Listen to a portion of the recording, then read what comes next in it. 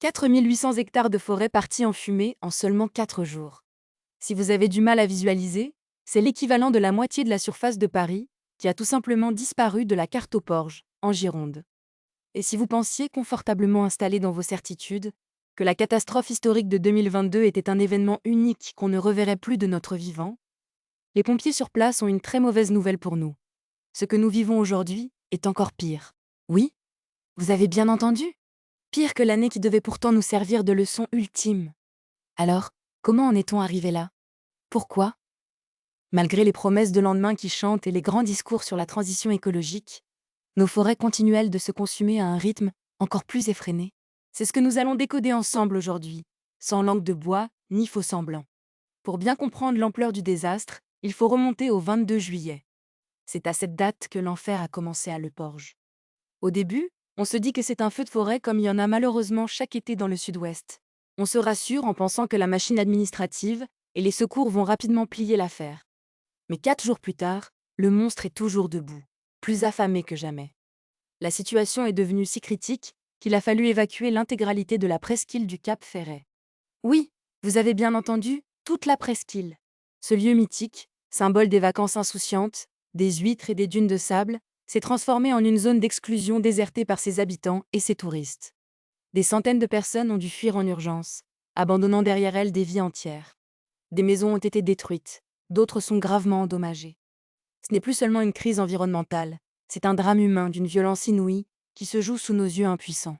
Et sur le front de cette guerre contre le feu, qui trouve-t-on? Nos pompiers. Des hommes et des femmes qui travaillent jusqu'à l'épuisement total, avec à peine quelques heures de sommeil volées sur le sol brûlant. Le problème, c'est que ce feu est un ennemi asymétrique. Il ne se contente pas de progresser en ligne droite. Poussé par des vents extrêmement défavorables, il joue avec les nerfs des sauveteurs. Vous pensez avoir éteint un secteur? Une saute de feu, une simple étincelle portée par le vent, et le brasier renaît de ses cendres quelques mètres plus loin. C'est un éternel recommencement, un travail de Sisyphe version apocalyptique. Et pour couronner le tout, comme si la Gironde n'avait pas assez à faire avec le foyer du Porge, de nouveaux départs de feu majeurs ont été signalés à Gaillan-en-Médoc et à Biscarrosse. Le front s'étend, les forces se dispersent, et la fatigue accumulée devient un danger presque aussi grand que les flammes elles-mêmes. Au milieu de ce chaos, les habitants expriment un profond sentiment de désespoir, et surtout, d'abandon. Voir sa maison, le projet d'une vie, se transformer en un tas de cendres sans que personne ne puisse intervenir, cela laisse des cicatrices que même le temps aura du mal à effacer. On se sent terriblement seul face à la colère de la nature. Analysons de plus près cette notion de pire qu'en 2020. 2 minutes. En 2022, la France entière avait tremblé devant les images de la Gironde en feu. On nous avait promis monts et merveilles, une prise de conscience globale, des moyens renforcés, une stratégie nationale infaillible. Pourtant, nous y voilà à nouveau, à peine 2 ans plus tard, et le constat des professionnels de terrain est sans appel. Ce n'est pas seulement une question de température ou de sécheresse, c'est la vitesse de propagation qui terrifie. Le feu avance plus vite que les décisions politiques. Les pompiers décrivent des scènes de chaos où la stratégie classique de lutte ne suffit plus. Quand le vent tourne, le danger change de visage en quelques secondes. À Gaillan-en-Médoc et à Biscarrosse, la simultanéité des brasiers sature complètement les lignes de défense. C'est une tactique d'encerclement naturel. Et pendant ce temps, les habitants du Cap Ferret, chassés de chez eux, regardent de loin les colonnes de fumée noire s'élever dans le ciel bleu de l'été, se demandant s'ils auront encore un toit où dormir demain. C'est cette incertitude permanente qui broie les esprits. Mais alors, où est la fameuse solidarité internationale et la puissance publique dans tout ça?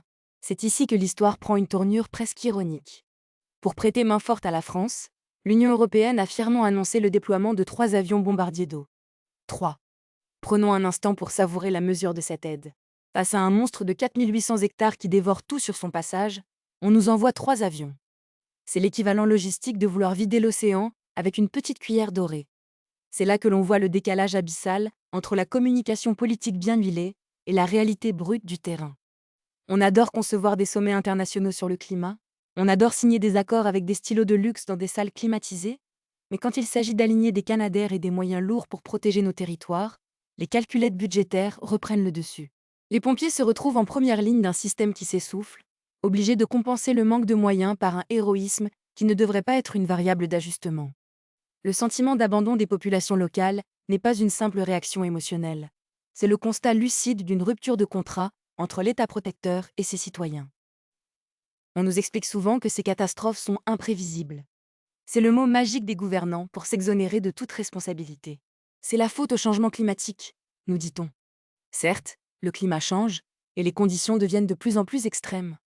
Mais si le diagnostic est connu depuis des décennies, pourquoi la réponse opérationnelle reste-t-elle aussi désuète?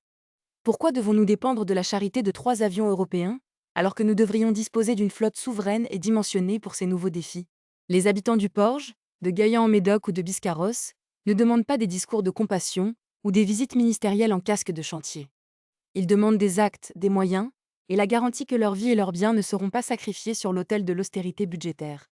La véritable tragédie de cet été, ce n'est pas seulement que la forêt brûle, c'est que nous regardons le désastre se répéter, en pire, avec les mêmes larmes et les mêmes excuses. Cette situation en Gironde nous pousse à nous poser les vraies questions sur notre avenir commun. Est-ce que nous allons continuer à subir ces crises comme des fatalités inévitables, ou est-ce qu'on va enfin exiger une véritable politique de sécurité civile à la hauteur des enjeux climatiques? Je vous invite à partager votre avis dans l'espace commentaire. Votre point de vue m'intéresse grandement. Si vous pensez qu'il est crucial de mettre en lumière ces réalités du terrain et de soutenir nos pompiers par-delà les discours officiels, n'hésitez pas à laisser un pouce bleu, à vous abonner et à activer la cloche pour ne manquer aucune de nos prochaines enquêtes. Dans notre prochaine vidéo, nous nous pencherons sur un autre dossier brûlant que les autorités aimeraient bien étouffer. Prenez soin de vous et à très vite.